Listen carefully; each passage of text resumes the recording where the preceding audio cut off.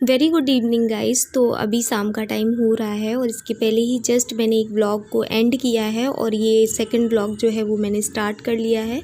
तो मैं यहाँ पे बना रही हूँ चाय, और चाय बना रही थी मैं थी और बाबू थी, क्योंकि दीदी तो नहीं थी तो वो भी कर रही थी। साथ ही जो दिन के बर्तन वगैरह हो गए थे तो वो बर्तन वगैरह धुल तो चुके थे, लेकिन मैंने ना उनको रखा नहीं था, जमाया नहीं था तो इसी वजह से वो भी मुझे जमाने हैं। किचन काफ़ी ज़्यादा मैसी दिख रहा है ना आप लोगों को, खाना पीना बनाया फिर हिम्मत नहीं होती है कुछ टाइम के लिए, तो वही सारा कुछ मैस हुआ पड़ा है। लेकिन मैं ज़्यादा टाइम नहीं लगता क्योंकि मेरी ना किचन छोटी है तो बहुत जल्दी फैलती भी है, बहुत जल्दी समेट भी जाती है। जैसे बहुत जल्दी फैल जाएगी, बहुत जल्दी मैं उसको समेट के रख भी लूँगी, तो ये होता है। और यहाँ पे कुछ कुछ चीज़ें जैसे कि ये विनेगर वगैरह ये सब फ्रिज का आके यहाँ पे रख देते हैं। बाबू ने चाउमीन बनाई थी तो उस दिन का ही रखा हुआ है, तो मैं सारी चीज़ें ऐसे उठा उठा के रख रही हूँ। और यही है, एक छोटा सा किचन होना तो ये प्रॉब्लम जाता है, बहुत छोटा है। मतलब अभी शायद कैमरे में उतना दिखता भी नहीं होगा जितना छोटा ये है।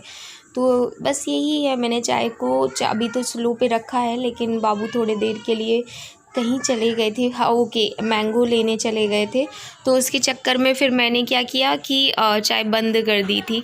और ये ड्रेस आप लोगों को काफ़ी पसंद आई, लेकिन मैं आप लोगों को इसका फुल लुक नहीं दे पाई, बट दूर से आप देख सकते हैं। ये लॉन्ग ड्रेस है, थोड़ा नीचे, ज़्यादा लॉन्ग भी नहीं है बट ये शॉर्ट भी नहीं है। आप ये बोल सकते हो कि ये काफ़ी नीचे तक रहती है, आप वन पीस की तरह से पहन सकते हो। ये मुझे भी बहुत अच्छी लगी। एंड ये अगेन क्लब फैक्ट्री की ही है, क्लब फैक्ट्री की नहीं है, क्लब फैक्ट्री की नहीं है यार, फ़्लिपकार्ट की। ओके ये फ़्लिपकार्ट की है। क्लब फैक्ट्री से मैं कोई भी शॉपिंग नहीं कर रही हूँ क्योंकि वो सेफ़ नहीं है। तो यहाँ पे मेरी बर्तन वगैरह जम गए हैं, मैं अच्छे से क्लीन कर दिया है प्लेटफॉर्म को। एंड जो आप कढ़ाई देख रहे हो इसमें मैं घी पकाने वाली हूँ, तो इस वजह से मैंने इसको निकाल के रखा हुआ है। यहाँ पे कुछ कपड़े किचन के हैं, इनको भी मैं अच्छे से जमा दे रही हूँ कपड़ा लगा के। और मेरी किचन में आदत भी है, अगर मेरा किचन थोड़ा सा फैला रहता तो सबसे पहले मैं समेटती हूँ, उसके बाद कोई और काम करती हूँ। तो यहाँ पे हम लोग ये ना रखा रहता है यहाँ पे ब्लूटूथ, क्योंकि इसमें हम लोग गाने आने चला के बड़ी अपना खाना पीना बनाते रहते तो जल्दी भी बन जाता है। तो आज मैं बना रही हूँ मलाई वाला घी। तो सबसे पहले मैंने 2 कटोरी में मलाई थी, तो मैंने दोनों कटोरी की मलाई इस मिक्सर वाले जार में डाल दी है। साथ ही मैं इसमें बर्फ़ वाला पानी डाल रही हूँ, यानी कि ठंडा पानी, बहुत ज़्यादा ठंडा पानी चाहिए होता है इसके लिए, अगर आप चाहते हो कि आपका घी अच्छे से बने। और बस मिक्सी में आपको 2 मिनट ही चलाना पड़ता है और पूरा मलाई ऊपर आ जाता है, और जो मठा मठा होता है वो नीचे जम जाता है, यानी कि जो पानी पानी जैसा होता है। तो यहाँ पे मैंने मिक्सी को चला लिया है। एंड आप पास से देखिए कितनी अच्छे से मलाई ऊपर आ चुकी है। ये देखिए, अब मैं इसको बस कढ़ाई में निकाल दूँगी। कढ़ाई में निकालते टाइम मैंने इसमें सिर्फ, जब मैंने इसको मथा हुआ था यानी कि मिक्सी में चलाया था, तो आधा लोटा पानी डाला था, और कढ़ाई में इसको मैं डालने के बाद फिर से आधा लोटा पानी डाल दूँगी। तो इससे क्या होगा, तो इससे होगा क्या कि पानी में अगर आप डाल देते हो तो जो भी मठा होता है, जो पानी रह जाता है या इसमें कुछ बच जाता है तो वो नीचे चला जाता है। तो मैं वही कर रही थी, थोड़ा सा पानी मिला मिला के। जब ठंडा ठंडा पानी पड़ता है ना तो घी क्या है, पिघलता नहीं है आसानी से, और जो मठा होता है वो अलग अलग हो जाता है, यानी दूध दूध जैसा जो दिखता है वो अलग हो जाता है। तो मैं इसी तरीके से घी हमेशा बनाती हूँ। इसकी रेसिपी भी मैं आप लोगों के साथ शेयर कर चुकी हूँ, तो मैंने ज़्यादा तो नहीं किया। ये देखिए इतनी सारी मलाई निकल के आ गई थी, मतलब इतना सारा, इसको आप क्या मक्खन बोल सकते हो। इस मक्खन के साथ अगर आप फेस पे मसाज करते हो तो बहुत अच्छा ग्लो आता है। तो ये मैंने एक DIY भी आपको बता दिया है। इसके साथ आप 2-3 मिनट मसाज करोगे ना रेगुलर बेस पे, मतलब 2-3 दिन में एक बार, तो बहुत अच्छा फेस पे ग्लो आता है। यहाँ पे ये देख सकते हैं मेरा नमक का पैकेट रखा हुआ था, क्योंकि कड़ी बनाई थी मैंने तो तभी खोला था, लेकिन मैं रख नहीं पाई, तो उसको भी मैं भर रही हूँ एक डिब्बे में। क्योंकि क्या होता है ना, कोई भी काम अगर आपका रह जाता है ना तो फिर किचन में, अभी गर्मी ऐसी, मतलब यहाँ पे माहौल ज़्यादा गर्मी का तो नहीं है, लेकिन किचन में गर्मी लगती ही लगती है। और जब आप ऐसा कड़ी चावल रोटी ये सब बनाते हो ना तो लगती है। तो यहाँ पे मैं अच्छे से घी चलाते चलाते पका लूँगी। सो ये देखिए गाइस, घी हमारा जो है वो ऑलमोस्ट पक चुका है। अब इसको मैं एक छलनी से छाल के और एक कटोरी में रख लूँगी। तो अब इसके उसके बाद मैं मिलूँगी आपको रात को। Back to Mishika's family channel. Sorry मैं लेट आप लोगों का वेलकम कर रही हूँ। ब्लॉग पहले ही स्टार्ट हो गया, आप लोगों ने देख लिया था, शाम को मैंने स्टार्ट कर लिया था। फिर उसके बाद मुझे करनी थी एडिटिंग, एक्सपोर्टिंग, अपलोडिंग और फिर बहुत सारा काम होता है यूट्यूब का जो कि हमें बाद में करना पड़ता है वीडियो बनाने के बाद। तो मैं सारी क्लिप्स देख रही थी एंड मुझसे आज की एडिटिंग में एक प्रॉब्लम हो गई, एक क्लिप मिस है ब्लॉग में। और वो कौन सी क्लिप मिस है वही मुझे अच्छी नहीं लगी, क्योंकि वो क्लिप जब कहते हैं ना कुछ ब्लॉग के अंदर अगर कंटिन्यूसली चीज़ें नहीं अच्छे से दिखती हैं तो फिर वो थोड़ा सा मिसिंग लगता है। लोगों ने इतना नोटिस नहीं किया बट मैंने नोटिस किया। जब मैंने अपना वीडियो अपलोड किया, उसका चला रही थी बाबू वाले मोबाइल में, तो उसमें मैंने जो वो नोटिस किया तो मैं कह रही ओ गॉड ये क्या हो गया मुझसे, और वो बस क्लिप मिस हो गई मुझसे। और एडिटिंग कई बार क्या होता है ना, अभी मुझे ना डेली व्लॉग्स करने होते हैं, तो डेली व्लॉग्स में यही हो जाता है। डेली व्लॉग्स मीन्स कि एक दिन छोड़ के एक दिन व्लॉग करती हूँ मैं, लेकिन वो एक दिन मैं बिल्कुल मोबाइल नहीं उठाती हूँ और एक दिन मैं कंटिन्यूसली पूरे दिन व्लॉगिंग करती हूँ। तो उसके चक्कर में क्या होता है ना, बहुत जल्दी जल्दी सब कुछ करती हूँ, और जब जल्दी जल्दी आप कुछ भी करते हो ना तो यही आपके साथ होता है जो मेरे साथ हुआ है।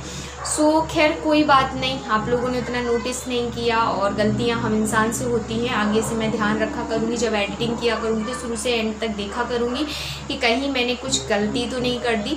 एंड आप मेरा फेस देख रहे हो कितना ज़्यादा मतलब ऑयली सा हो रहा है, क्योंकि मतलब मैंने सुबह से कुछ भी नहीं किया। जैसी रेडी हुई हूँ सुबह 11 बजे से तो अभी तक बिल्कुल चल रही हूँ वैसे ही।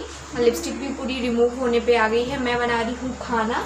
तो आज मैंने दीदी ने भी रोटी सेक के रख दी है, वो देख सकते हैं हॉट पॉट में। और यहाँ पे मैंने बाबू ने बरबटी और आलू काट के दे दिए हैं, प्याज लहसुन और अदरक छील के दे दिया है। बस मुझे बघार लगाना है। और पता है आज बरबटी की सब्ज़ी के लिए बाबू ने कैसे मुझसे बोला, मैं बना रही थी गिलकी की सब्ज़ी यानी कि रिरुआ, आप लोगों के यहाँ पे पता नहीं उसको तुरई बोलते क्या बोलते, जो भी बोलते हैं, मैं वो बना रही थी। तो बाबू बोलते नहीं मेघा प्लीज़ यार आज बरबटी बनाओ, क्योंकि आपको बता दूँ मैं बाबू को भिंडी, बरबटी, कटहल ऐसी कुछ सब्जियां हैं जो उनको अगर आप डेली भी दे दो तो आराम से खाते हैं, लेकिन ये वाली सब्जी भी उनको रसे वाली चाहिए, मतलब इसमें रसा होना चाहिए।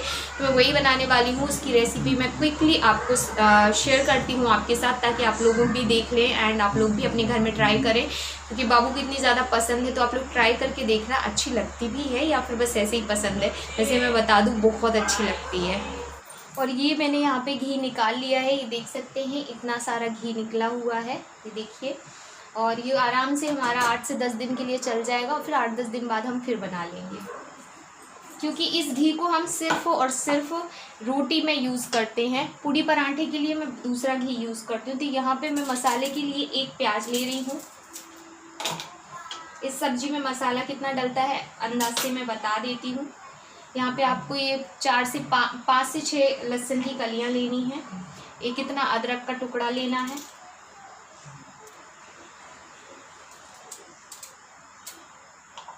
अब सिंपली आपको इसमें पानी डाल के इसको पीस लेना है मसाले को अच्छे से। और आपने देखा मैंने सिर्फ एक प्याज ली। प्याज ऑप्शनल है, अगर आपको ग्रेवी चाहिए तो वरना आप प्याज स्किप भी कर सकते हो। और मैंने यहाँ से घी हटा के सब्जियाँ रख दी हैं। सब्जी ऑलरेडी 2-3 बार वॉश हो चुकी है, लेकिन क्या होता है ना, आलू अगर ऐसा रखा रहता है ना तो वो रेड हो जाता है। और मैं हमेशा सब्जी को ना पानी में ही काटती हूँ, लेकिन बाबू ने काटी ना तो उन्होंने रूम से काटी थी तो वैसे ड्राई काट दिए। यहाँ पे मैंने सबसे पहले सरसे का तेल डाला है। सरसे के तेल में मैंने एक तेज पत्ता डाला हुआ था और थोड़ा सा जीरा। उसके बाद मैंने सीधा ये प्याज अदरक लहसुन का पेस्ट डाल दिया है। इसको अब मैं 3 से 4 मिनट अच्छे से पकाऊंगी। अगेन इसमें मैं कोई और मसाला डालूंगी, लेकिन उसके पहले मैं यहाँ पे टमाटर की प्यूरी बना रही हूँ, जो कि मैंने ग्रेट किया हुआ है, टमाटर को अच्छे से पीसा नहीं है। एंड साथ ही साथ मैं बता दूं कि हमेशा जब भी आप प्याज और अदरक लहसुन का पेस्ट डालें ना, उसे 3 मिनट तक एटलीस्ट पकाइए। इससे क्या होता है, उसकी जो बदबू होती है वो मर जाती है। कई लोगों को प्याज और लहसुन वगैरह की बदबू अच्छी नहीं लगती है, मतलब खुशबू बोलो बदबू बोलो जो भी, कई लोगों को बदबू आती है। सो यहाँ पे मैंने जो रेगुलर मसाले होते हैं वो लिए हैं, जैसे कि धनिया पाउडर, मिर्ची पाउडर, हल्दी पाउडर और थोड़ा सा गरम मसाला पाउडर। इसको मैंने डाल दिया है टमाटर के साथ ही, ताकि ये जल्दी से पक जाएगा। मसाला, और इसमें थोड़ा सा पानी भी मैं ऐड कर दूँगी। और मसाले को एटलीस्ट मैंने 5 से 6 मिनट पकाया हुआ था, मतलब ये सूखे मसाले को 5 से 6 मिनट पकाया हुआ था, और 3 से 4 मिनट मैंने पकाया हुआ था अदरक लहसुन का पेस्ट। तो हमारे मसाले को पूरा टाइम, जो अगर मेज़रमेंट की बात करूँ तो 7 से 8 मिनट लगे हैं। आज मिशिका बहुत ज़्यादा शैतान कर रही है, बैकग्राउंड से नॉइस आ रही है, आई नो। सो यहाँ पे मैंने नमक डाल दिया है, और नमक के बाद मैंने यहाँ पे ये बरबटी और आलू इसमें डाल दिए हैं।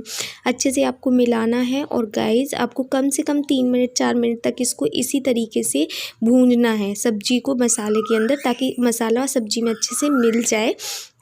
उसके बाद ही आप इसमें पानी ऐड करें। और ये सब्ज़ी हर टाइप की बन जाती है, ड्राई भी बन जाती है और ऐसी रस्से वाली भी बन जाती है। तो ये देखिए हमारी सब्ज़ी अच्छी मैंने रस्से वाली बना ली है। साथ ही साथ गाइस मैं सुबह के नाश्ते की भी तैयारी कर रही हूँ अभी। तो सुबह के नाश्ते की तैयारी में मैं ये चने डाल रही हूँ, क्योंकि मैं ये चने तलाऊँगी सुबह में। सो बस यही था, और मैंने किचन को क्लीन कर लिया है अपनी। और इसके बाद मैं आप लोगों से फ्रंट कैमरे के सामने बात करती हूँ, क्योंकि मुझे फ्रंट कैमरे के सामने बात करना अच्छा लगता है। सब्जी बन चुकी है, और मैंने साथ ही चना, जो वो काला चना होता है ना, जो देसी चना, वो मैंने फुलोने के लिए डाल दिया है। उसका सुबह में चना तलाऊंगी। कच्चा भी खा लेती हूँ मैं, लेकिन मुझे मन कर रहा है कि वो जो तलाते नहीं है, जिसमें प्याज टमाटर और अच्छा मसाला वसाला डाल के अच्छे से फ्राई करके खाती हूँ।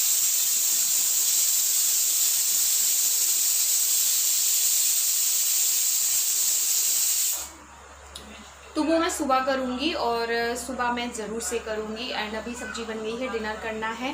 धनिया पत्ती मैंने काट के रख दी है, जैसी सब्जी पक जाएगी मैं तुरंत इसमें धनिया पत्ती डालूँगी। अच्छी मैश करूँगी पहले चम्मच से, अच्छे दबा दबा के। इससे क्या होता है, सब्जी मिक्स हो जाती है, पानी और सब्जी एक में मिक्स हो जाता है कुकर। सो सब्ज़ी हमारी रेडी हो गई है। अब आप इसको बस इस कलछी से इस तरीके से मैश करेंगे ना, तो ये बहुत टेस्टी लगती है, एक दूसरे में घुल मिल जाती है। अब मैं आपको मॉर्निंग में मिलूँगी, क्योंकि इसके बाद मेरी हिम्मत ही नहीं हुई डिनर के बाद। प्यारी सी नन्ही सी आई कोई परी, छोटी सी प्यारी सी नन्ही सी आई कोई परी, पालने में उसको झुलाती रहूं, खुशियों के गीत में गाती रहूं, गाती मुस्कुराती संगीत की तरह, ये तो लगी राधा की प्रीत की तरह। तारारू तारारारारू तारारू तारारारारू, छोटी सी प्यारी सी नन्ही सी आई कोई परी।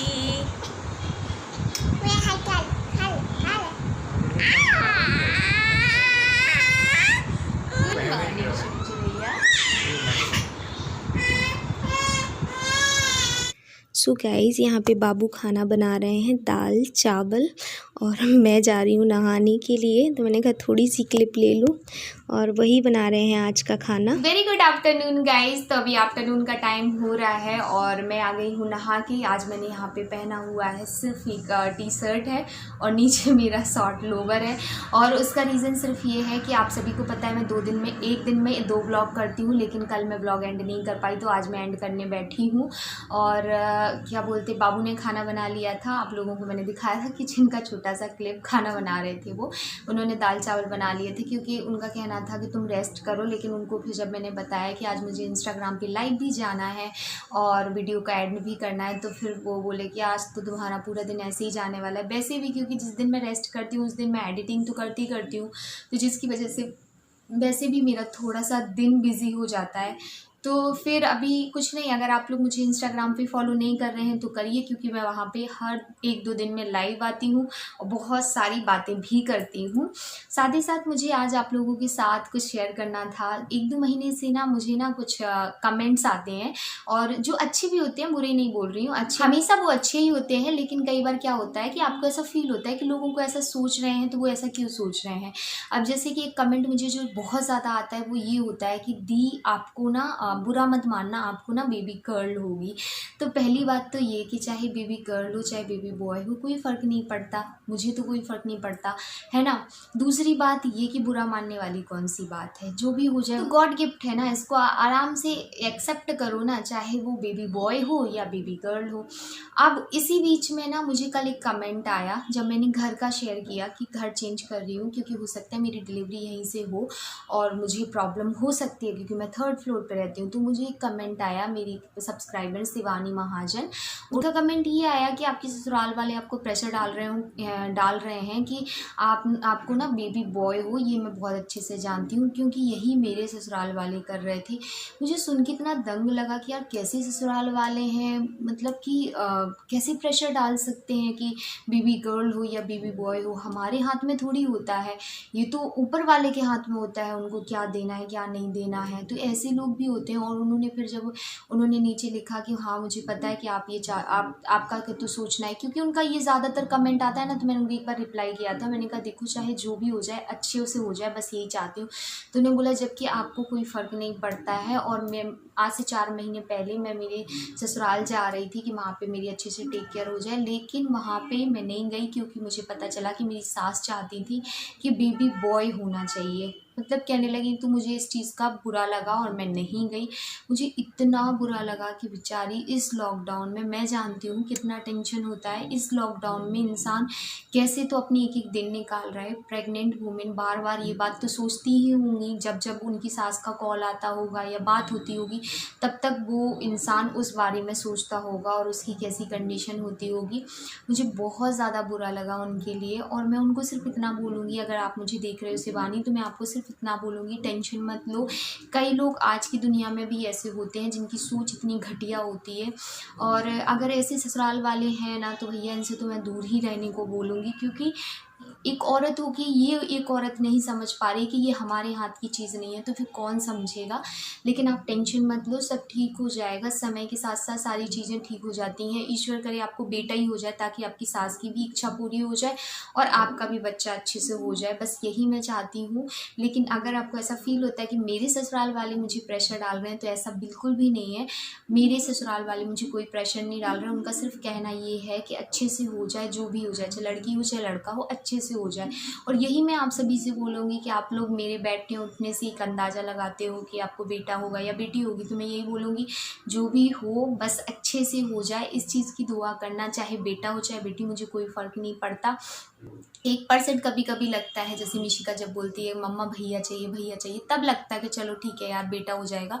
तो मिशिका को राखी हुई, भाई दूज हुआ, उस टाइम पे वो ऐसी बैठी नहीं रहेगी। बाकी अदरवाइज़ मुझे नहीं लगता है। तो मुझे यही सारी चीज़ें डिस्कस करनी थी, और ये इनके बारे में डिस्कस इसलिए भी किया है क्योंकि ताकि उनको थोड़ी सी हिम्मत मिले। कितना टेंशन में होंगी, कितना डिप्रेशन भी हो सकता है इस चीज़ का, तो मैंने इसलिए इसको डिस्कस किया। साथ ही मैंने सी का टाइटल इसलिए बनाया ताकि इनको ये मैसेज मिले, क्योंकि वो मेरे व्लॉग्स देखती हैं बट बहुत ज़्यादा नहीं देखती हैं, ताकि वो ये वीडियो ज़रूर देखें।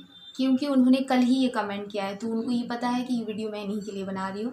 बाकी मैं बस यही बोलूँगी कि खुश रहो, हैप्पी रहो। और अभी मैं जैसे रह रही हूँ, पहले मैं भी बहुत छोटी छोटी चीज़ों को लेके परेशान हो जाती थी, बट अब मैं परेशान नहीं होती। मैं खुश रहने की पूरी कोशिश करती हूँ। आपको जैसे खुशी मिले वैसे रहिए। अगर आपको तैयार होकर खुशी मिलती है तो आप तैयार हो जाइए। अगर आपको कुछ खाने पीने से खुशी मिलती तो खाइए पीजिए, जो भी मन करे वो करिए, क्योंकि इस टाइम पे आपका हैप्पी रहना बहुत ज़्यादा ज़रूरी है। सो चलिए गाइज, मैं इस ब्लॉग को यहीं पे एंड करती हूँ। मिलती हूँ नेक्स्ट ब्लॉग के साथ, तब तक के लिए बाय गाइज, लव यू और टेक केयर, ख्याल रखिएगा अपना।